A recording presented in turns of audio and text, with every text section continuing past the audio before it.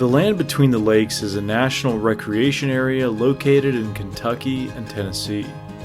At over 170,000 acres in size, this bizarrely shaped peninsula is wedged between lakes Barkley and Kentucky and is a picturesque natural paradise filled with flora and fauna.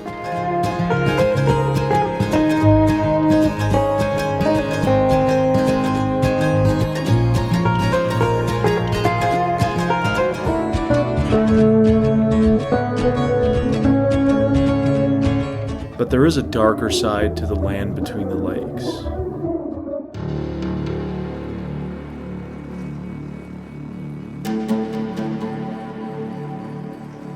This recreation area was originally formed in the 1960s through the government's seizure of land using eminent domain. The land had belonged to hundreds, if not possibly thousands of families that had resided in this region for centuries, leaving bitter resentment that still persists to this day. Originally administered by the federally owned Tennessee Valley Authority, or TVA, in 1998 the LBL was transferred to the control of the U.S. Department of Agriculture, as well as the U.S. Forest Service, who administered it ever since. The land between the lakes has most infamously been associated with stories of what is called the Beast of LBL, which is described as an upright dogman type creature, allegedly associated with a dubious massacre story from the 1980s. Bizarre crimes, cult activity, haunted areas, strange lights, and other mysterious phenomena are also regularly associated with the LBL. One might say that this area has taken on urban legend-like status for one reason or another. But why exactly is this the case? This is what we will explore in this episode of Strange Places, as we talk with various researchers familiar with the area and visit the land between the lakes itself.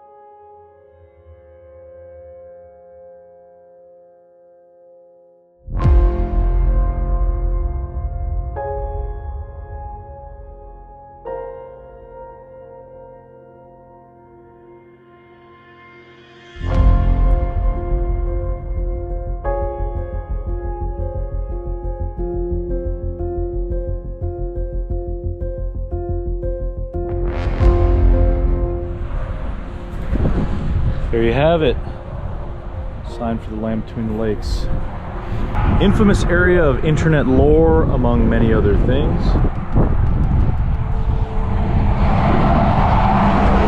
Kind of an unassuming area. It'll be interesting to see what it's like here over the course of the next few days.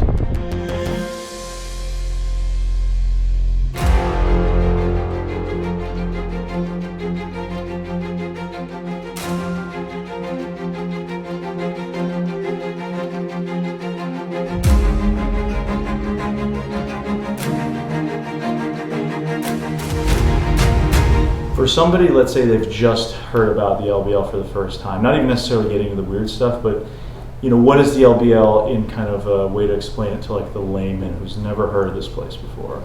I've got a whole history spiel that I kind of go on every time I talk about the LBL. So before you even get into the weird stuff, before you even get into all of the experiences people have there, you got to go and look at the lay of the land. You got to kind of know where you're at and the history of the LBL. So the LBL is actually the largest inland peninsula in the United States. Originally, it was a swath of land that had 2 rivers on either side of it, and it was referred to as the land between the rivers. The TVA decided to take it over and build dams on either side of the land. They built Lake Barkley and then Kentucky Lake, and you also have the dams are named Kentucky Dam and Barkley Dam. So that was a part of the project that the Tennessee Valley Authority had, where they were bringing electricity to rural Tennessee. So that was the whole purpose of it. So it's hydroelectric power. In order for them to do this, they had to eminent domain all of this land. And the big plan was to get rid of all of the people that lived there, and they had lived there for generation after generation after generation, take the land and turn it into a recreation area. So it was supposed to bring in a lot of tourist dollars for the area, bring power to rural Tennessee, and so it was supposed to be a win-win for everybody except for the people that owned the land. They did not offer fair compensation for any of the land. And it got to a point coming up to the wire of the deadline that these people needed to be off, that violence erupted. There was a lot of protests because you have entire towns that were on this peninsula, and these people were just to be removed with little to no compensation for that. I know one lady that when they kicked the people off the land out here, there was over 800 families that got kicked off, and she was a part of it. Her grandmother was living here at the time, and they were here for generations on generations, and it really left a bad taste in their mouth. I'm part of a group, there's a group called on Facebook, Between the Rivers. I mean, there's still resentment. I think, so yeah, I had some family displaced, distant though, moonshiners, you know, that's what was going on a lot there. But I think every once in a while it comes up that the government's going to sell some of this or allow it to be logged, and that's when the resentment comes up. There's a lot of anger that still is here. There are people here that hate the TVA because of what they did to their family. This was supposed to be somebody's inheritance, their legacy, their family land, and it was just all taken away for seemingly nothing. It's kind of an interesting thing to think about. Why did they take this land? Why did they take it and just end up doing nothing with it? Why did they go through so much trouble of kicking these people off and getting rid of these people to take this land? There's a phrase that a lady at one of the nature centers actually said to us. It's like the bitterness has soaked into the land. And I was like, whoa, that's like, what a turn of phrase. The bitterness has soaked into the land. That is what has happened, is there's so much anger and so much resentment that it's just infiltrated the soil in a way. The LBL was also the site of the iron ore industry of Kentucky in the mid-1800s. A lot of these furnaces were paid labor, but some of these furnaces were slave labor. And at the Great Western Furnace, which is one of the only furnaces that is still standing today, was a huge slave revolt that was very bloody. There were lots of deaths in that. And so there's a lot of really negative stuff that has to do with that as well. And it's just a dark and bloody history all throughout.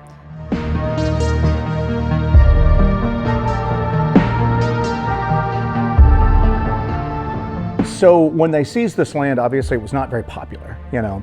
Even though the hydroelectric dams were going to bring electricity to it, that's really not a good, you know, reason for people to lose the land that's been in their family for generation after generation at that point. The reason why they gave it to them is they said that obviously this is going to be this beautiful national recreation area. It's going to bring economic prosperity to the region. Yeah, some people are getting kicked off their land, but everybody's going to benefit at the end. Okay, at the end of the day, this is going to be something that brings a lot of tourist dollars in. There's going to be a lot of influx of money into this area that just pretty much needed it, to be honest with you. And that's never materialized before. There's been small little efforts, but most of those were under when the Tennessee Valley Authority had it. when the Forest Service took it over, it just seems like all of that stopped. And I mean, the Forest Service, they manage resources, that's what they do. They manage national forests, they manage all sorts of stuff like that. You would think that it would get better when they took it over, and instead it was just like, the area was just basically just kind of left to fend for itself at that point. The budget's a little bit less every year. As of 2 years ago, there were 4 sworn officers, and they were looking to add 2 more, which for the size of the LBL, you know, having it staffed 24 hours, that ain't much. You know, it's not much at all. So it seems like that economic promise never happened. If you go to the LBL today, most of the land is completely unused or it's fallen into disrepair. There's places there that are just rotting and falling in. There's only a few campgrounds that are actually in use and maintained today, but you still have all of this land that is just open and wide open space. LBL ran a whole lot better when the TVA ran it. And now it's not ran so good. You see so many of these fields out here that they don't let the farmers come in and farm anymore. And that was a good food supply for the deer and the raccoons and everything else that's running around these woods. People who come here, they're very struck by, A, the amount of cemeteries that are here. Everybody always talks about that. Matter of fact, if you Google the LBL, one of the things that you see commonly asked is, why are there so many cemeteries there? Well, it's because this area was populated. This was a populated rural area. Every family or small community had their own little individual cemetery plot, and those stayed when they kicked everybody off the land. So there are a ton of cemeteries here. We've come across unmarked cemeteries here before that look like they were just family plots of maybe 8 to 10 graves. The headstones are just completely weathered down. We'll be busting through the brush far off a hiking trail, and then just all of a sudden come into a clearing where there's a cemetery at. We were out one night, as a matter of fact, and just happened to catch the reflection of an old sign on the top of a hill and hiked up, and it was a children's cemetery that just the forest is just taking it back over at this point. You know, there's still tons of cemeteries. They still let you bury, you know, you still bury people there. So there's funerals every day and people that are buried in there still their family cemetery. And it's grown up so much now, you know, if somebody wanted, I think they realize the impracticality of actually if they wanted to settle back there. So the amount of cemeteries that are around always kind of like shock people. And the fact that there are remnants of the infrastructure that used to be here as well. There's an old, what looks like an old general store that we found that's just rotting in the middle of the woods at this point that was just left. You find the foundations for homes, you find rainwater cisterns that are there. You find all sorts of just remnants from when people left here. They bulldozed some of it, but a lot of it they just left to rot, and it's just there. So it gives it a very creepy kind of ghost town kind of feel to it. Some of the areas you walk through, it feels post-apocalyptic. You just go through and the roads are crumbling, grass is coming up through it.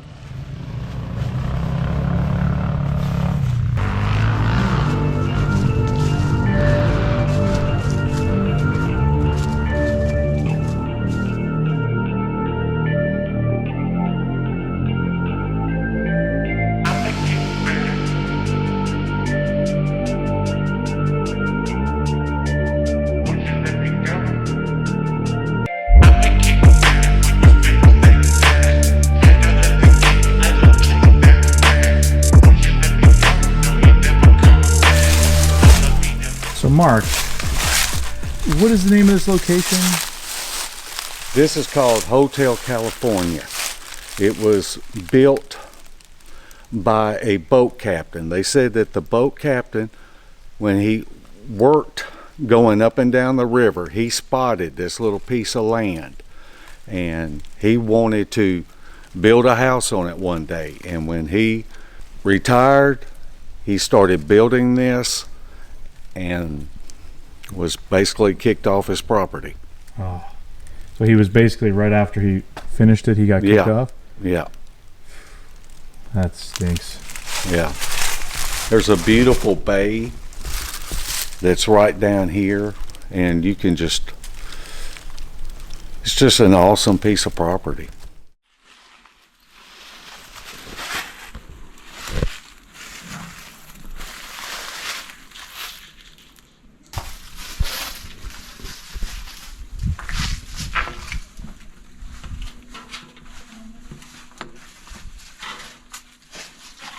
How's it going? Hey, how you doing? Good. Creepy looking place. Yeah.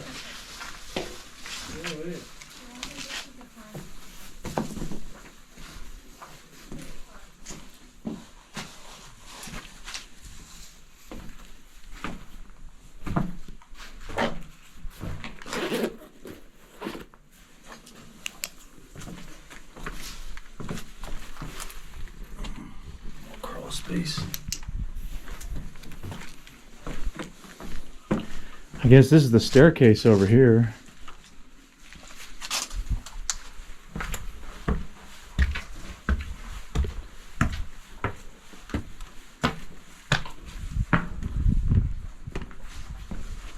Second floor. Got a little Christmas tree thing here. That's kind of weird.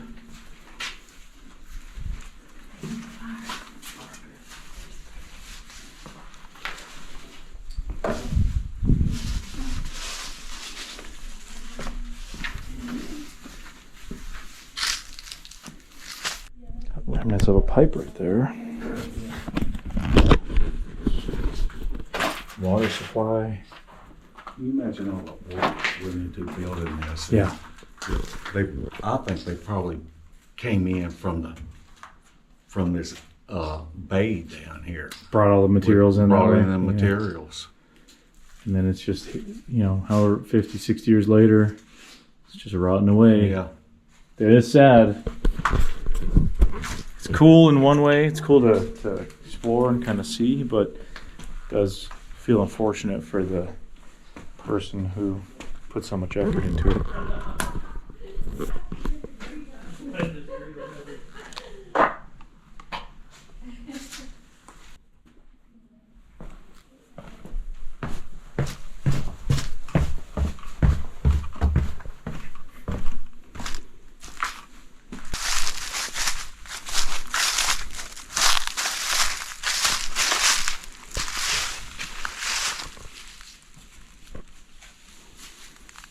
I noticed on this tree there's scratch marks, at least what looks like them.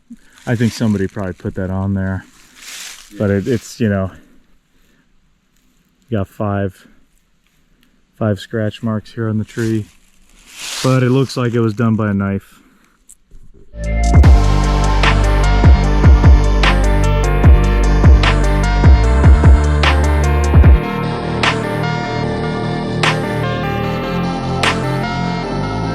One of the things that struck us when we were here a couple of years ago, when we were leaving out, I looked at Jesse and I just said, short of them just dynamiting the bridges and just walling it off, it looks like they're doing everything they can to make it just uninviting for people.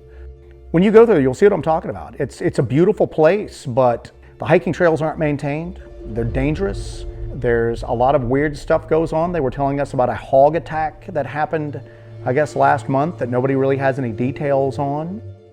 I was doing a little Googling on it and came across a chain of emails that somebody had basically publicly saved. A lot of the counties, the surrounding counties, the officials were talking just about how poorly managed the LBL was and that nobody had ever lived up to the promises that they had made, and that trying to communicate with like the Forestry Service about it, they would just get stonewalled constantly. So during the course of the emails, they were talking about trying to reach out to their senators, to try to get their senators involved, to try to get some answers at that point. There was a lot of resentment in the surrounding areas, the surrounding counties, because they were almost expected to enforce the law within at least the boundary, inside the boundaries of the LBL, but around the edges. And what we were picking up on is the counties didn't want to be involved in that. Some officials were going, it's federal land, I don't even know if we can legally enforce the law in here. Other people were concerned about officer safety, just because there's a lack of cell network. There was apparently trouble with like police repeaters that once maybe a county officer got in here, if something went wrong, they wouldn't be able to call for help. So we're not the only ones who are really mystified about why this area has been managed the way that it has been. I mean, the people that live here, the elected officials around here, don't know why the LBL is managed the way that it is. They don't understand why this thing that was supposed to be an economic jewel for this area has just basically been left to rot at this point.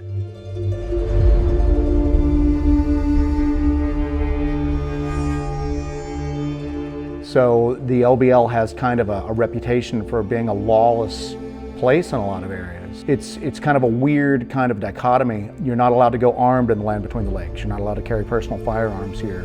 But yet you constantly hear about how dangerous it is just from the human element. Before you get into anything supernatural, anything paranormal, any sort of like cryptid activity, just the human element there's a real danger to that a lot of the residents really talk about. And they really kind of strike home when they're talking to you about it.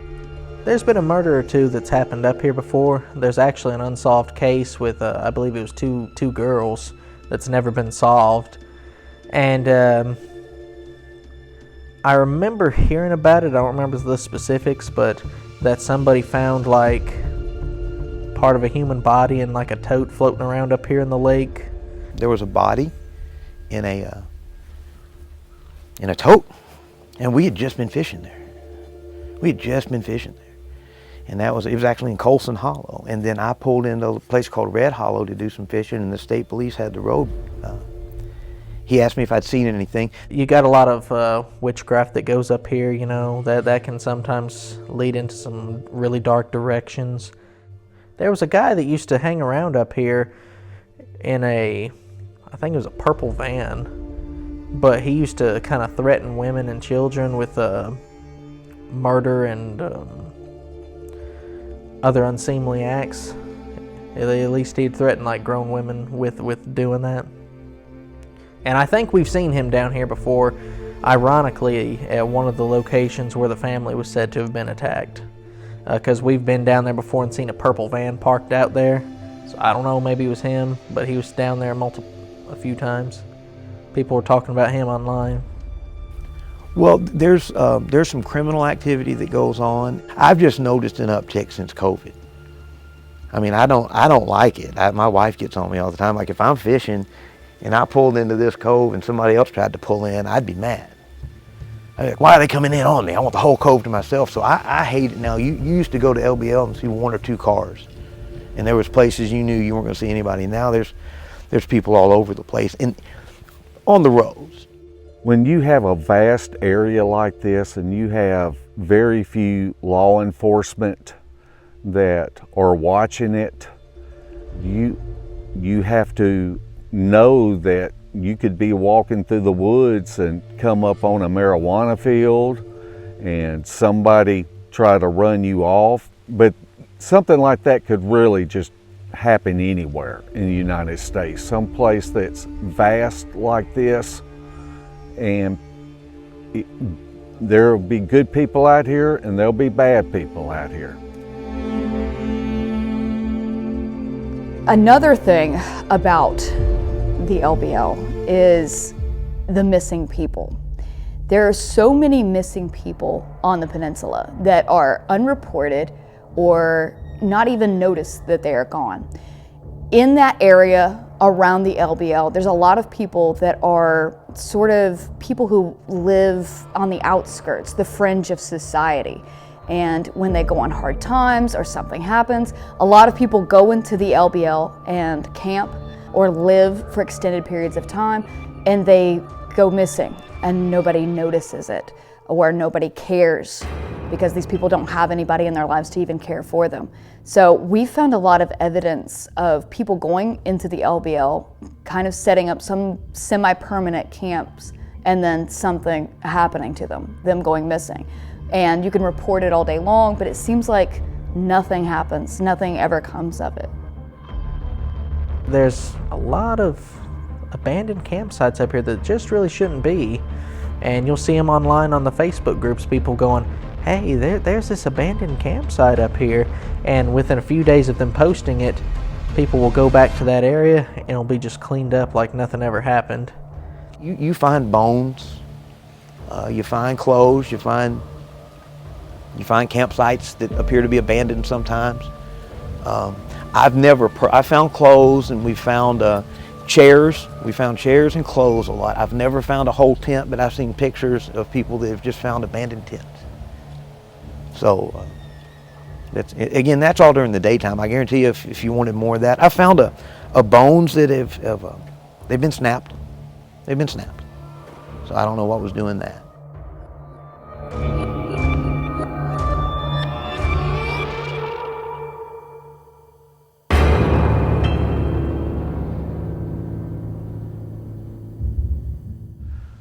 that vampire cult that was coming out here. There's a lot of stories on that. You know, there was in Murray, there was the vampire murders. I don't know if y'all are familiar with that. A guy named Rod Farrell. It made national news. They did an HBO special about it. So a guy named Rod Farrell, and I knew him personally. Not real well, but we hung out on the court square. He decided he was a vampire. So this has been the 90s, late 90s. And got a girl to go down to Florida to her parents' house, and then they murdered her parents and took the money and got caught in Florida. He's in prison. I don't know if he's been executed. And he said that he was, or he had the spirit of a 500-year-old vampire, and then he ended up killing some people down in Florida. And I heard he used to do some witchcraft and rituals up here in the park before. Right up here, if you go into 6880, and if you're heading up to Kentucky Lake, there's Egner's Ferry Bridge. Before you cross it, they've actually stopped the access to it. But up that hill, they used to call it the Vampire Hotel. That's Googleable too. You can Google the vampire. Yeah, okay. I had been to that before, right after the Rod Farrell incident, that's a place he used to go and his group used to go. They tore it down. The only thing that was left, I think it was a 2 or 3 story home, so the slab's still there, but there was a basement. We used to go up there. And so they put in all the press releases. There was never any satanic activity. There was never anything. That's a lie. So that used to go on. Like I say, I've witnessed that personally, the pentagram. Now, I don't know if it was real Satanists or kids, but it was just neat that after that Rod Farrell incident and he was connected to it, they leveled it. Now that Vampire Hotel, it's just a retaining wall these days, but there used to be an actual little house building attached to it. A woman by the name of Dorothy used to own it, and I guess she died off and people just started treating it as like a party hangout. But it was partially torn down, I think, in the 1960s.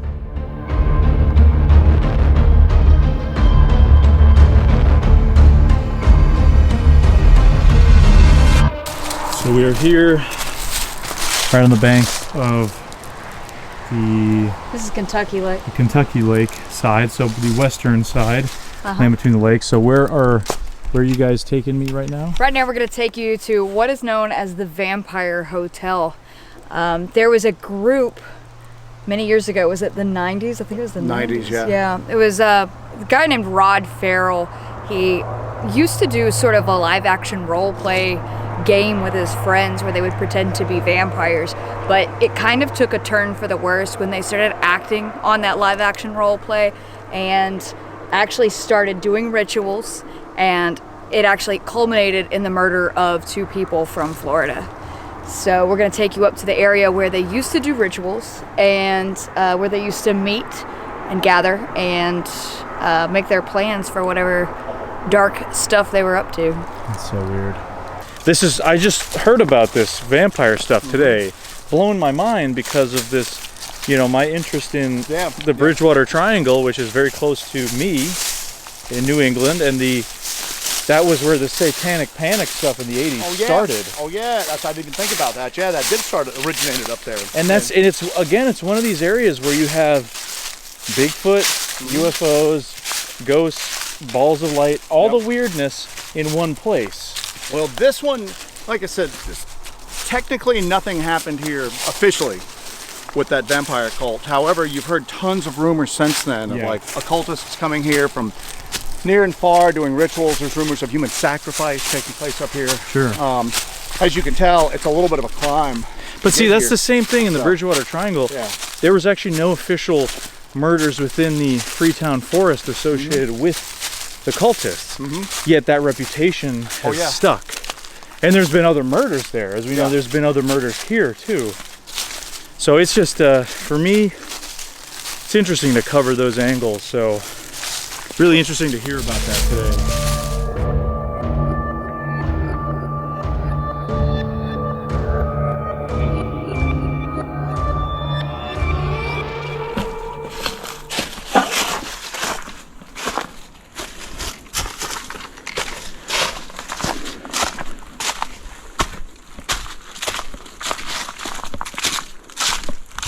So the main house would have been actually up here, huh? Yeah. So this was what, like a terrace or something? Yeah. Yep. So interesting. So the big house, the main house would have See been the main section, something over there. foundation of some sort of outbuilding that was over through there. So. And this would have probably been some family that was kicked off with seizure of the land, or Yeah. any idea? No? Everybody was kicked off. There's nobody. Yeah. Right. This had been a vacation home right before the LBL got seized. Wow. It was Sure they had an amazing view here. Oh yeah.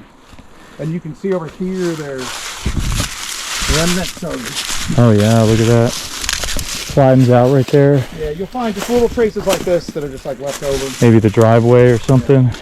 This is like a walkway. Little ring around the trees here. Yeah. I mean, it's sad in some ways.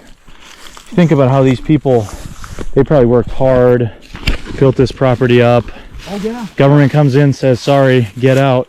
And then it becomes a place where people do vampire cult And it's worship. it's terrible for What a everybody. turnaround. The Cycle of life. the ones that get me is when you find like these smaller, like very meager homes through here. Yeah. And you know the property was probably in that family for 100, 150 years. It was probably all they had. Yeah. And the government comes in, gives them what they consider fair market value, Which is and then they're abysmal. just gone. There's no fighting it. There's no nothing at that point. So Crazy. There were violent skirmishes between people who did not want to leave, Yeah. and TVA agents. You know, it got very shit. violent. But Wow.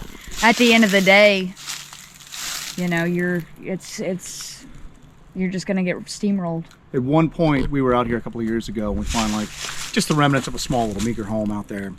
And we're talking about, God, it sucks. They just got kicked off their land. And then we go around the corner, and people are using it as a trash dump. That's the area we found the Yeah, toilets. right.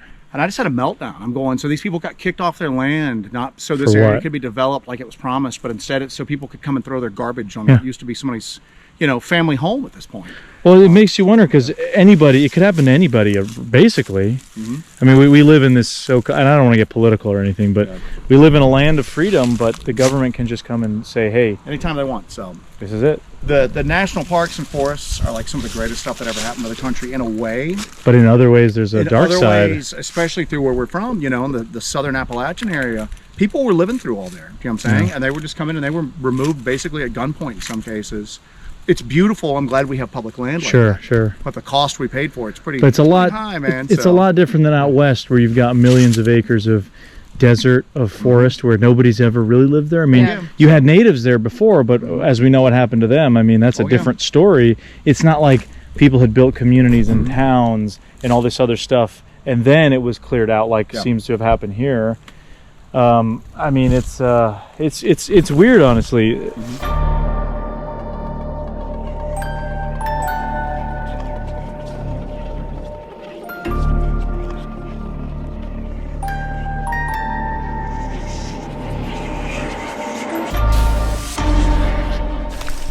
This is all that's left, nothing else. A little bit of a, looks like a bed down there, a bed frame, something, metal underside. Is that what that is? I think it is. It looks like a seat, like from a vehicle or a. It could be, yeah, like the back.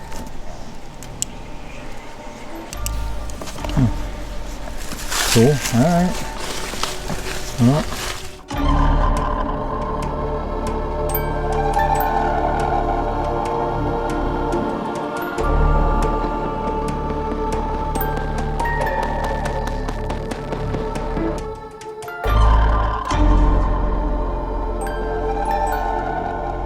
From what I understand, is this general area, there's been, when the early European settlers were here in probably the 1800s, they brought along with them, they had stories that there was loup-garous here in the area, which would have been a French werewolf, and that goes back as far as, like I said, 1800s. And to this day, you have a large amount of people that say that they seen something strange up here that resembled a werewolf in one way or another. Now, you do get your reports up here occasionally of Sasquatch sightings, but most that I've heard are things of a dogman nature. I don't know if y'all want to hear it or not. I brought with me like a list of sightings that took place with the date that it occurred. I don't know if... I totally want to do that. Let's see here. So in 1979, there was a couple of campers that were allegedly attacked and killed by a massive wolf-like creature with facial features similar to a hyena as a witness helplessly watched. 1982, a family of 4 was reportedly killed by a massive wolf creature. 1984, a couple is terrified by a bipedal wolf beast at Hotel California. 1991, a family on a campout is attacked and pursued by a creature described as a werewolf. In 2002, 3 men camping are attacked and chased by an upright canine that is said to look like a werewolf. The creature starts out on 2 legs and gives chase on 4 legs. 2016, a camper sees a bipedal wolf in his camping area. 2017, 2 more campers are alleged to come up missing under mysterious circumstances. 2019, me and my family had something bluff charge and tear through the trees coming in our direction after we blew a silent dog whistle. And 2020, a dogman was seen crossing the trail at the Elk and Bison Prairie. In the book Real Wolfmen in America, Linda Godfrey relayed a witness's account of seeing a mother dogman and her pups crossing the road. Another account shared has 2 tombstone rubbers being chased by a wolf creature on 2 legs. A wolf creature was seen near the Wranglers camp, and 2 men near LBL were followed and pursued from a slaughterhouse by a werewolf-type monster. And that's just a short list of things that have happened up here, because there's been quite a bit that's happened over the years.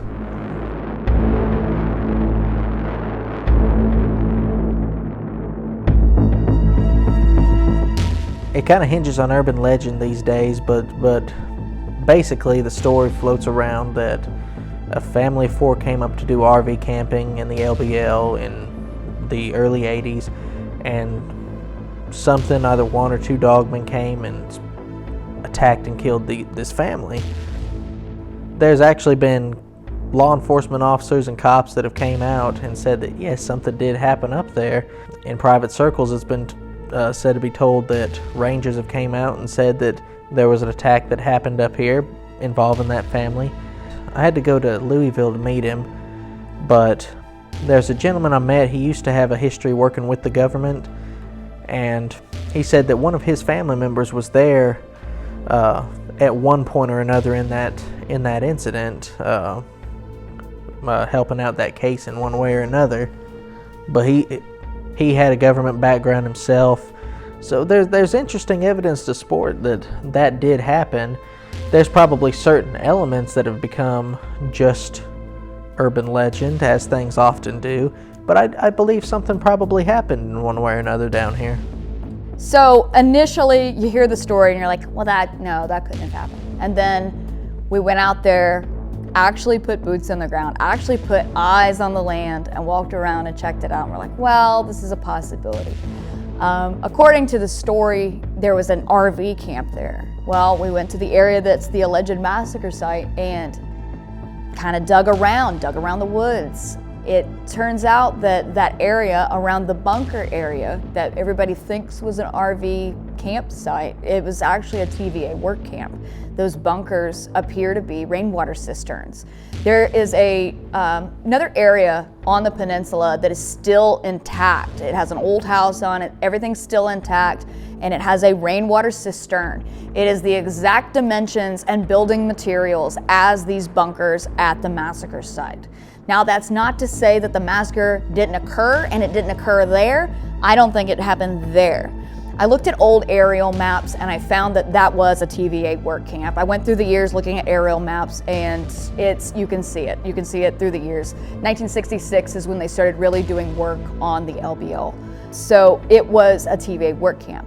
But down below, closer to the water, now that we think is where it actually took place. It's in the same general area, but I think it was just kind of different. And I think it's just been a telephone game over the years. Now, a part of the story too, people say that they wrecked the old campground, they cut the power poles off at the base, they wrecked any facilities they had to cover up the crime. Okay, that could be true, but I don't think that's the only place in the LBL that has occurred. We've actually found another campground that all of this stuff has actually happened. They've actually cut the power poles at the base. They've wrecked the station where you would get ice or you would check in. They've wrecked all of this stuff, and it was one of the most beautiful campgrounds in the LBL. I've gone through old microfiche and looked at these newspaper articles from the early 80s where they talk about this campground, and it's beautiful. We've been there and you can see it. You can see the old RV pads, you can see it. It's got a beautiful view of the lake. It's got everything, a basketball court. It's got all of the amenities for a really nice campground. And in 1982, it abruptly got shut down for a few years, and it really never reopened. So I think that this kind of incident, like the 1982 massacre, has occurred there, but also other places on the peninsula, and we're finding evidence of that. Government's going to do what they want to do, and if they don't want you to know about it, you're not going to know about it. And that doesn't shock me a bit. And it's a huge tourist place. The lakes used to be full of crappie and full of fish. That has gone down, and the tourism has come up, and they've been trying to get people there for the hiking and for the camping and for the biking. And I can definitely understand why they wouldn't want something like that out, you know. So I don't know. I've never talked to anybody directly that had any experience or connection to that event. Well, you find, like in the case of the people that live in this area, a lot of them are mad at the idea because, you know, you do got some researchers who come up here and probably aren't very respectful, who'll just get right up in your face. Hey, have you heard about the Beast of LBL? And, you know, this area has been a lot of pain for people because their family had been ran off of settlements here, and they don't want to hear about a Beast of LBL. So it kind of differs from person to person, but as far as the park goes on the official level, I don't think they're going to really like people talking about it. It's going to scare tourists away, therefore lower those tourist dollars and whatnot.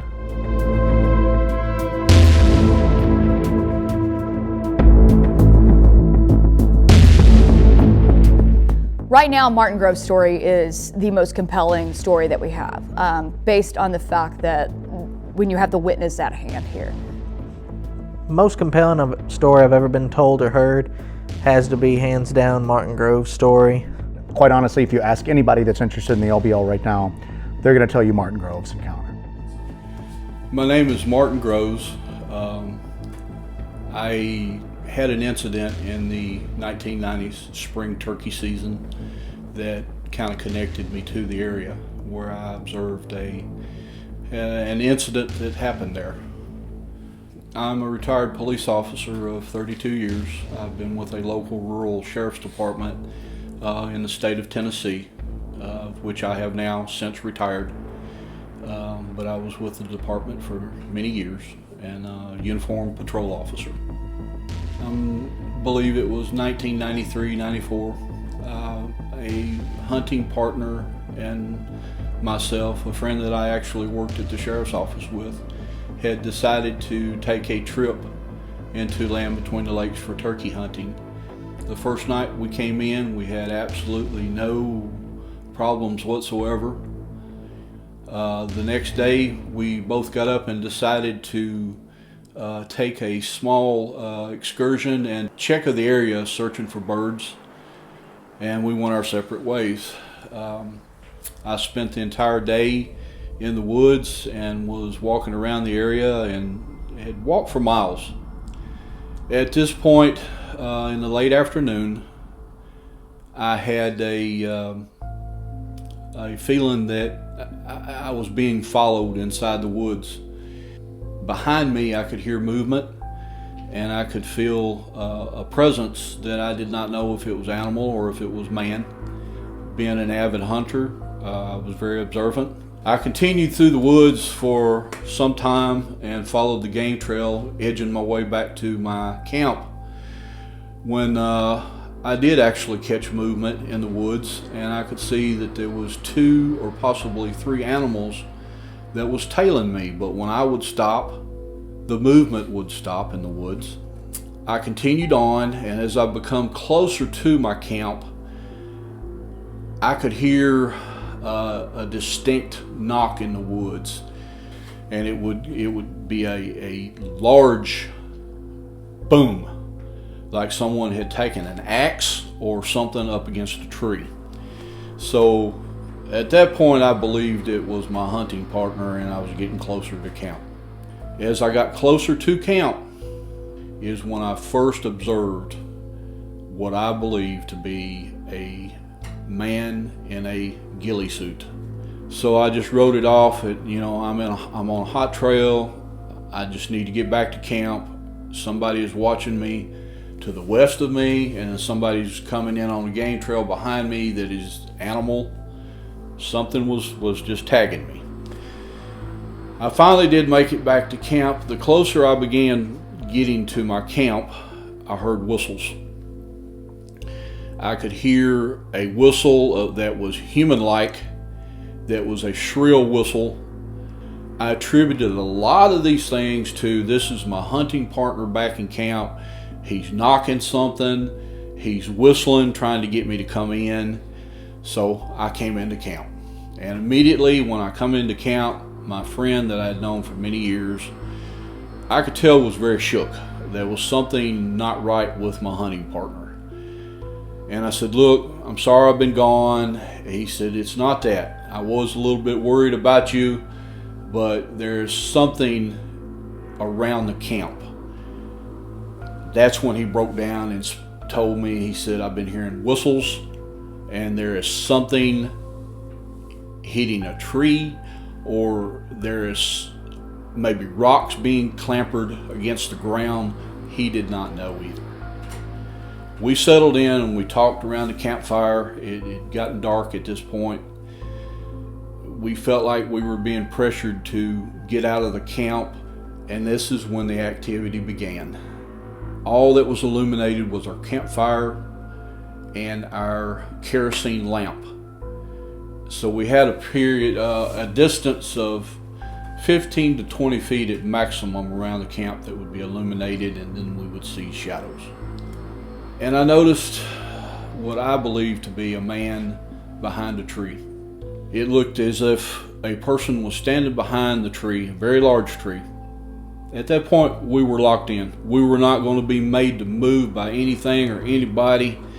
This was our camp. We're staying and we're going to hunt here. A small limb or piece of a tree, come flying off the top of the cliff that was raised above us. Then a rock came. And when the rock comes so close to in between us, we were standing within 5 to 10 foot of each other. We started getting scared. At one point, Harry told me that maybe we should get our firearms. And so he set his shotgun closer to him. My shotgun was laying on the ground, but I had a sidearm on me. So I kind of felt confident. You have to imagine the darkness and how dark that it was and how limited the vision was for us. We began to get a growl from where the person or persons were standing. The growl was so intense that it vibrated in my chest and within my partner's chest. It was like a vibration. It was not like a growl I had ever heard in my life from, I've been around bears, I've been around pigs, charging boars. I've been around all different kinds of animals. This was a growl like I had never heard. All of my life, I've been trained not to be afraid. I've been trained to attack anything that comes into vision if you perceive it to be a danger. I could not do anything. It was if I was a child and I was 5 years old and I was scared of a monster in the dark. And I noticed that my partner was totally frozen. He was not moving. He was breathing fast. At one point I seen his shoulder slump and he was not feeling well. All time had frozen. Everything had just, like it had become still. And it was just a low, intense feeling that I had. Can I take a break a minute?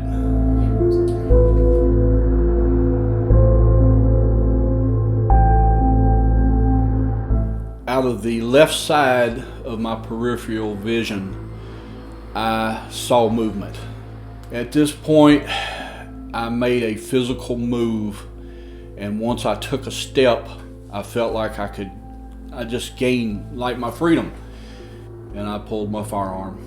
I looked forward, and I could see what I knew was not a man.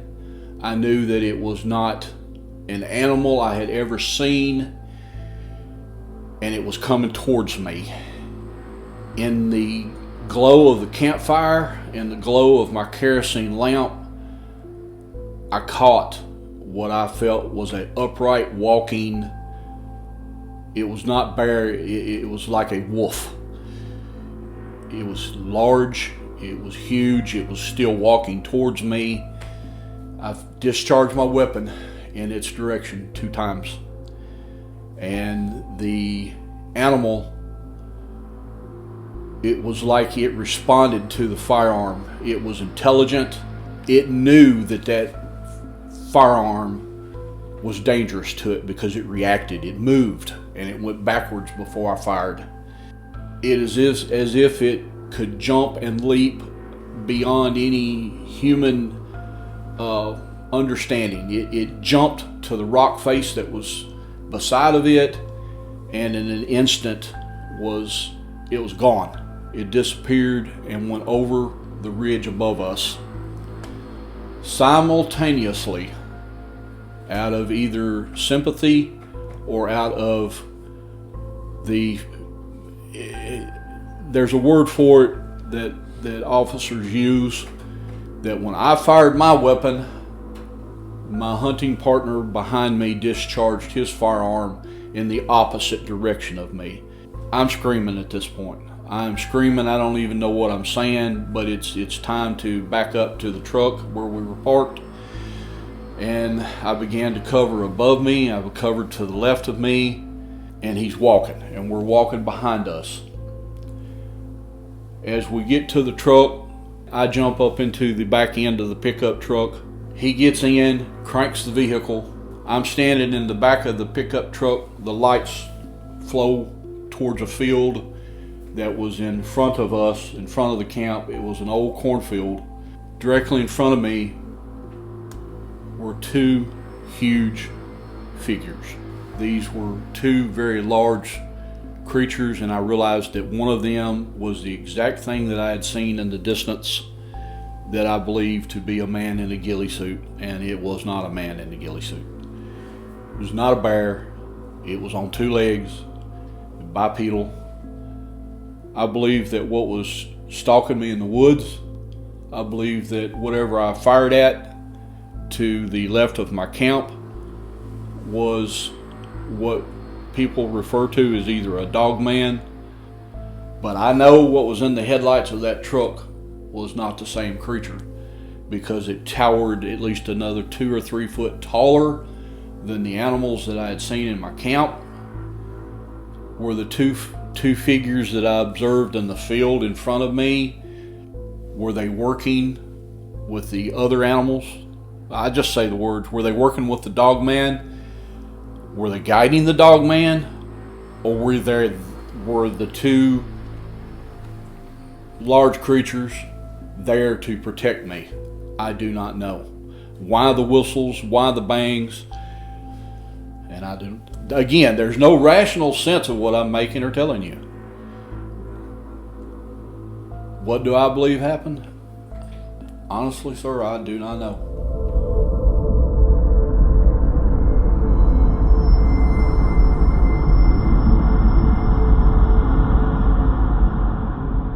That encounter changed Martin Groves' life. Okay, his life is basically cut into 2 different chapters, before that day and after that day.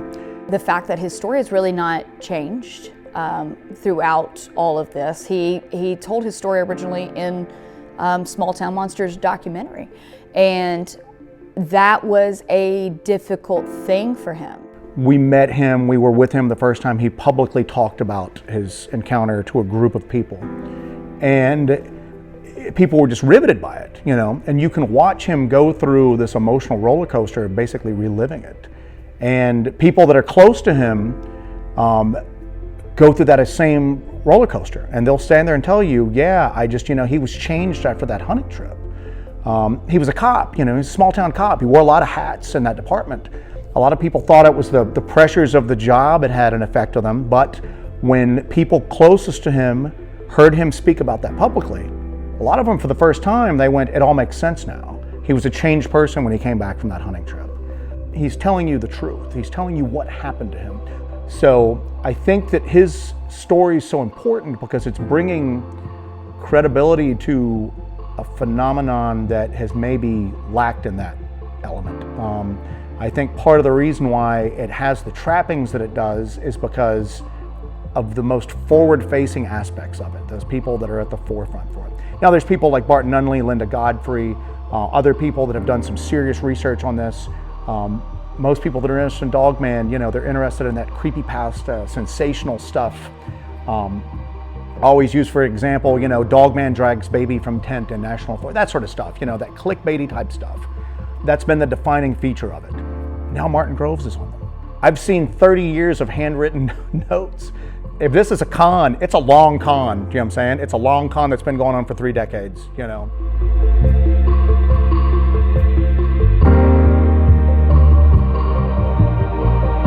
We are at the site of Martin Groves' 1993 attack. He shared his story on American Werewolves, and after seeing that, we actually became friends with Martin, and he shared the location of his 1993 attack, where he was out here turkey hunting. What we're going to be doing is we're going to be going through the area that he describes having stuff thrown at him, and then going back into the area where he was camping out when the attack happened. Gotcha. It's pretty rough terrain back in there. There's a lot of dry creek beds. So, but it's basically like a super highway back there that you can't see down inside of it at all until you're right up on it. So when we came here the first time, we even talked about it, that because we had talked about Martin's story so much, that we were both on edge getting in here. We got right into the edge of the woods in here, and I thought I saw something black to like my left. So I like take off running after it. Don't see it, and then I literally almost run over the edge into the dry creek bed, and I'm going, might have been my eyes playing tricks on me, I don't know, but I was going, if something was going to get away from me, that's how I would have done it. It would have dropped into that creek bed and then just moved off. The walls are like 5-6 feet high, and in some places you're not going to be able to get out of the creek bed. Yeah. If You fall in. Yeah. So we're going to use those to travel a little bit. Right. So. Can you guys just explain real quick some of the gear you guys are bringing with us tonight? I actually, I'm wearing my lightning detector. We started doing this because we were experiencing what we describe as portals, or, you know, just energy exploding out, you know. So this is kind of just something as a side thing we started doing it. Not that it has really anything to do necessarily with Dogman, but I wear it all the time. But I've got a UV light right here. It also functions as a regular flashlight. You can use it to look at possible biological materials such as urine. Always have my personal locator beacon here. It's a Garmin InReach Mini. Always keep that on me. Keep it attached to my body. I never take that off no matter what, because if I need to SOS out of here, I can. Got my thermal here. Got it in a FLIR case, but it's in AGM. It's the Taipan. Yeah, 384. Yeah. 384, yep. But this is the thermal I always use. It lives on my belt as well. Got a SE3 on me as usual. Flashlight, gloves. Of course, I'm wearing these gloves too, but yep. And that's about all the gear that I carry on me. I go pretty light when we go in here. Red flashlight. Smart. The red flashlight will, you know, preserve your night vision, and it's a little more low key when you're going in. Oh yeah, so it's great. Joe? I'm going extremely light tonight. We're using a Phasm full spectrum camera. This runs from the ultraviolet range through visible light up into infrared range. It's got a multi-use light here at the bottom, so we can run white visible light, different colors, which come in handy because sometimes we'll see tracks at night. And trying to get, we don't do any casting at all. We don't carry casting material with us. We just try to photograph any lights, any tracks that we come across. So different colors work better in certain environments to try to get like photographic evidence of it. We run battery backups on everything because we've had weird equipment drain out in the field. So this is a battery backup handle. I got another one of these in my backpack. I carry a variety of small digital audio recorders with me. So if we are going into an area and we hear something that seems strange and then it never repeats, we'll set one of these, leave it, walk away, collect it later on, like the next day, and see if anything happened while we were out. We use those drop recorders in almost all the places that we have expeditions or investigations. Yeah. We started using those drop recorders a couple years ago and have gotten some really cool audio when we're out of the area. Yep. And then I'm using I've got a Pulsar Axion XQ38 thermal. Movement up there. Yeah. All right. Well, interesting. So I do got to say though, this. I feel like this is a Hill People Gear fan meetup. Is that what's going on right now? So each of us is rocking it. And I do got to say, you guys pushed me over the edge in this. Remember, we were talking about it for a while, and I was thinking like, and I've been using it now, variety of environments. It's come in handy all the time. And I go with the heavy approach. I got everything I need. You guys are going super light. I go light, yeah. All right. So it just works. But all right, guys. So we're heading in. We're gonna film a little more low key than with this bright light on. So here we go.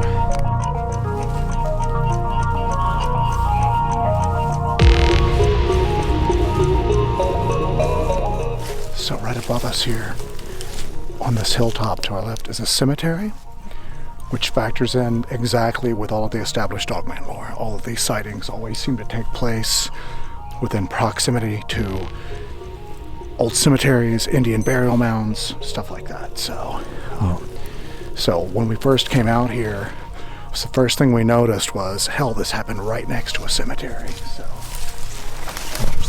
Martin Groves has actually described something up there throwing rocks, and every time we're here, it feels like something is up there watching us.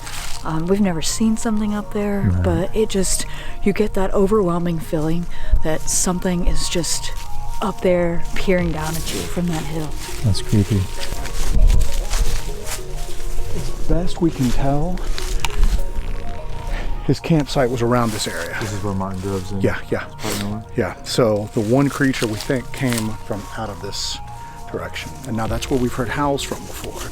We've seen the coyotes here. They're small. They're nowhere near like the coyotes we have in South Carolina. Right. There's a lot of coy dogs in South Carolina. Right. Below your feet right there is the remnants of an old fire ring. Ah, okay. You see here, there used to be, this is a good area where somebody would camp.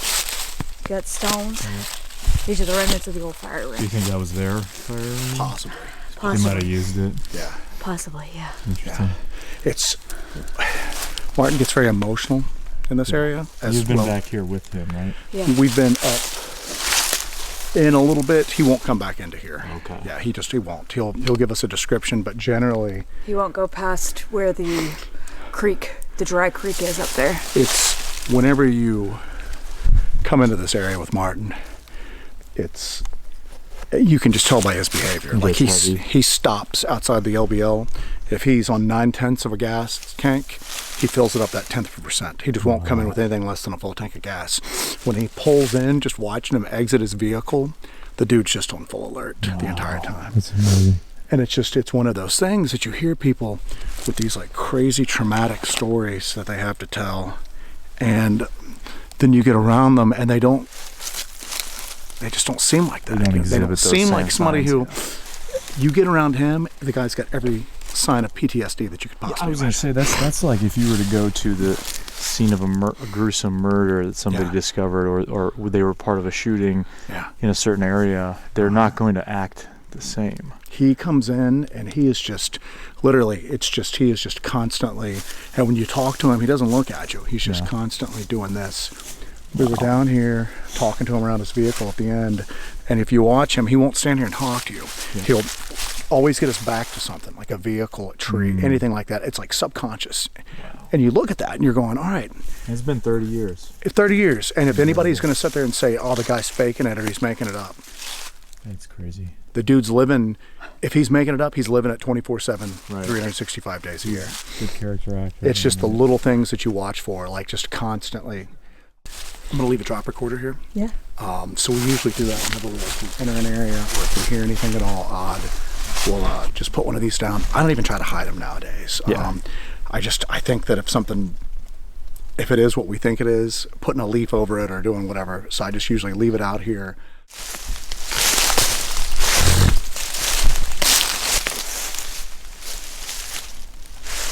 Give it a quick scan. So every time we're out here, we always hear sounds in this direction. Was it last night? All these days are running together. We've been out here for days. Night before last, we were out here, and we hiked way in because there's a hill way back in here, and we wanted to get like a good vantage point to kind of scan around and listen around. We were hearing crashes and sounded like something moving a lot back here, something kind of large. So we moved back that way, and as soon as we get in that area, it's like it was right over here. I don't know what it is. It seems like whatever's out here constantly toys with you. It's and when she says crash, that's literally what it was. It was We heard a lot louder. It was not even like a break. It sounded as if somebody had, I don't know, dropped like a freaking safe from like 10 feet in the air on a bunch of like dry firewood. It was just like a we both just stopped, jumped, and then couldn't, and then we didn't hear anything else after that. So we're going down, kids.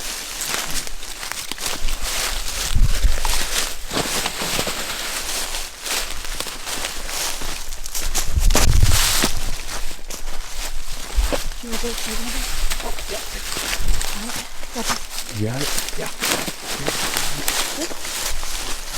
Yeah, I could see if you weren't paying attention, you take a fall down here. This is your ankle is gone. Yeah, don't jump like that. That's why I scrambled down. Yeah, these are all hunter eyes. Yeah. But they're rusted up pretty bad. we found a few out here. These are a little newer. The last set we found out here were you could just twist them and they would just break off. Oh yeah, so they've been here a while. Yeah.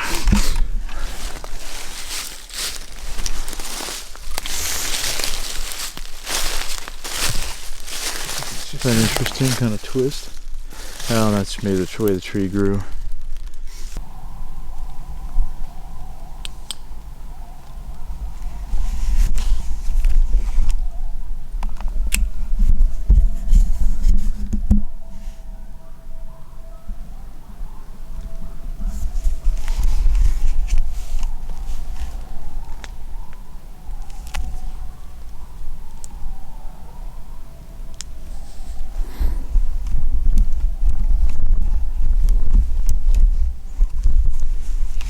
Oh, we know there's coyotes in the area. Yeah.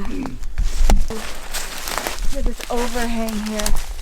There's like bedding material down here that is leaves. Oh yeah. Oh yeah, I see that, yeah. It doesn't match any of this. It doesn't match any of this. This is all dirt. So it's not like it's material that's fallen from the bottom of the tree. Yep. It's all pine needles. Yeah, that's definitely some kind of critter or something's been hanging out under there. But is it taking material from somewhere else and putting it in here? What animals do that? You know? Around here, yeah, I don't know much of the... I mean, there's probably bobcat and stuff out here, right? I don't know what else critter-wise is out here. And it's not huge, but it's not small either. Right. It's not a deer bed. It's not coyotes. If it was a smaller, like little mammal, I would expect it to be a smaller. Just bed altogether. Could be nothing. And honestly, that's the only weird thing. We found a couple of like odd tree placements. I'm not a big tree structure guy. Yeah, me neither. I think a lot of them, it's just weird tree fall. People don't know how to... Well, people put a lot of assumptions on things like tree structures. It's just natural tree fall, man. Yeah. We've seen a couple things back here, but nothing big. You know what I'm saying? Nothing big at all. Yeah. And it could be, I mean, you never know. That could have been the only, you asked if I'd heard of anybody else having like sightings or encounters in this area. Just martins. There's stuff all up and down the Devil's Backbone, but in this particular area, only martin groves. That could have been a one-off. That could have been, you know.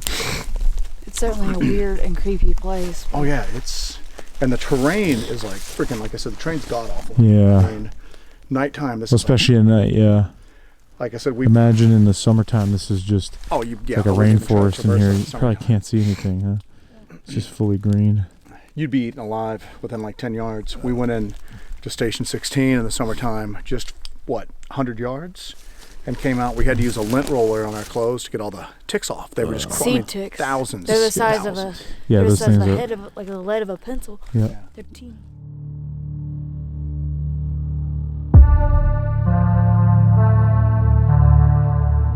Well, there's a lot of tensions that run high when it comes to these stories. You've got people who get really invested in a certain narrative or a certain story, and if you question that, they lose their minds, which that's with everything, you know. It's been sort of difficult for us because we've been to the LBL so many times and we've hiked around so many times, we've uncovered so much evidence and information. When we try to present that to some people, it is met with a lot of resistance, which is okay, but we're basically doing guerrilla journalism out there. We're basically going out there and just trying to uncover everything we can and find the truth, find the brass tacks truth and real tangible evidence of what's gone on over the past few decades there, and what is still going on today. There's a lot of different lore about it and things go around the internet, but that's to be expected. But I don't pay a lot of attention to that. I don't have time to. I'm too busy out in the woods looking for data. It's very odd for a lot of people to come here, and I think that kind of plays into the energy of the place. That people come here and they're taken aback by the weird stuff around them, and that just a lot of people get very uneasy in this area. A lot of people talk about how they don't want to be here after dark. They don't like being in the LBL alone. We get it all the time. You guys are crazy. I don't go there at night alone to save my life. And these aren't people from out of state. These are people that live 5-10 miles away. People whose families used to live in this area are uncomfortable here at night and won't come in here. That quote that Jesse always used, the bitterness is soaked into the land. For a lady at a visitor center to just start telling us this for no reason at all is just odd. That's obviously something that's in the forefront of her mind when she's thinking about the place that she works at. You know, we tried camping here one night, my boyfriend and I, we got chased out. I don't try to do it anymore. I come to work, I leave work, I don't try to be here at dark anymore. You know, the bitterness is just soaked into the land here. So, and it seems to be a really prevailing kind of like opinion of this place. As we begin to conclude this examination of the land between the lakes and its variety of bizarre occurrences, I wanted to share some of my own thoughts about it all. On its face, the beast of LBL and the overall dogman concept sounds ridiculous. I have yet to come across much in the way of dogman reports, and very little of which is credible in my view. But it's not exactly something I'm usually looking for either. The Beast of LBL massacre seems a bit too far-fetched and without a proper chain of custody to the original claim. As mentioned previously by Jesse, the game of telephone has likely changed the story over the years. I could see something akin to perhaps a coyote attack being spun into something as sensational as a massacre. Martin Grove's encounter seems to be the exception, at least to me.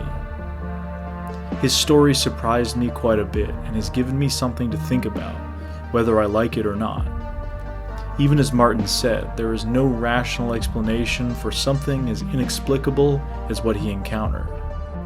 I can't confirm or deny what he experienced, as I wasn't there, but he seems very sincere about it and even traumatized by the incident. These are just a few of the tales I chose to highlight from the LBL. Even the surrounding area is weird. Less than 30 miles from the LBL lies Kelly, Hopkinsville, Kentucky, home to one of the most famous UFO-related cases in history of the so-called Hopkinsville Goblins incident of 1955. But that is a story for another day. So in conclusion, whether or not you believe in the more paranormal side of the stories found at the LBL, it is undeniable that the area is truly a strange place. From its tumultuous and tragic history, to the vampire cult, senseless crimes, and rumors of beasts lurking, the area is rich in lore and legend, and likely will continue to conjure up frightening tales as the years go by.